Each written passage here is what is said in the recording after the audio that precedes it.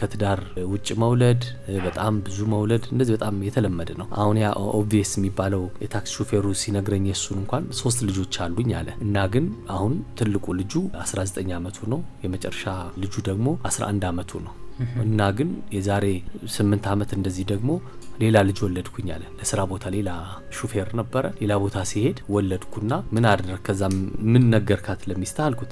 በቃ ነገርኳት፣ በቃ ሌላ ቦታ ወልጃለሁ አልኳት። መጀመሪያ ላይ ትንሽ በጣም ተከፍታ ነበረ። ከዛ ግን ምንም ያለችው ነገር የለም። ተቆራጭ ልክ ነበረ ለመጨረሻዋ ልጄ እናት። በኋላ ግን ተቆራጩ ሲበዛና ገቢያችንን ደሞ እዚህ ሲያቃውስብን ራሷ ሚስቴ ነች በቃ አምጣትና እዚህኛ ጋር ብትኖር ይሻላል ከምን ልክ ገንዘብ ላይ ያውን ሁሉም 4ቱም ልጆቼ እኔ ጋር ነው የሚኖሩት አለ። ይሄ እሱ ሲነግረኝ በጣም የተለመደ ነው፣ ብዙ እንደዚህ ያደርጋሉ። አንድ ደግሞ እዛ ሌክ ማላዊ ሄደን እዛ አስጎብኚ የነበረ ሰው ስለሱም ደግሞ ሲነግረኝ ወጣት ነው፣ ትዳር አለው፣ 2 ልጆች አሉት እና አንዲት ጎብኚ አውሮፓ ትመጣለች፣ ከጀርመን ትመጣለች። ከዛ በኋላ ከሷ ጋር የፍቅር ግንኙነት ይጀምራል። ከዛ ያው ህይወቱን መለወጥ ስለሚፈልግ ለሚስቱ ነገራት። በቃ እቺ መጣለች ይዛይ ልትሄድ ነው ወደ ጀርመን፣ ስለዚህ አንቺን እህቴ ነች እላለሁ እና ከሷ ጋር በቃ ላገባት ነው አላት እና እሺ አለች። እንግዲህ የሚገርም ነው። ከዛ በኋላ ከዚህኛዋ ጋር ቀጠለ። ሚስቱን አስተዋውቋታል።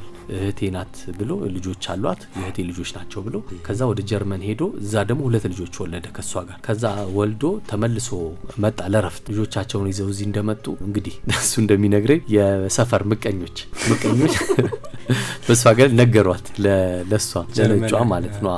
እህቱ አይደለችም ሚስቱ ነች እዚህ ያለችው ብለው ሲነግሯት እሷ መጣ ቁጭ ብላ ጠየቀችኝ ፊት ለፊት። በቃ መዋሸት ማልችልበት ሁኔታ ነው የነበረው። የተፈጠረውን ሁሉ አመንኩ አለ። ከዛ በዚህ በጣም ተበሳጨች፣ ልጆቹን ይዛ ሄደች አለ። በቃ ከሷ ጋር ተለያየናል፣ እዚህ ቀረሁኝ አለ። እና ምንድነው የሰፈሩ ሰዎች የምቀኛ የሆኑበት ምክንያት እንዳገላለጹ ጀርመን ሆኖ ብዙ ነገር ይልክ ነበር ለሚስቱ። በጣም ያው ድሃ አካባቢ ነው።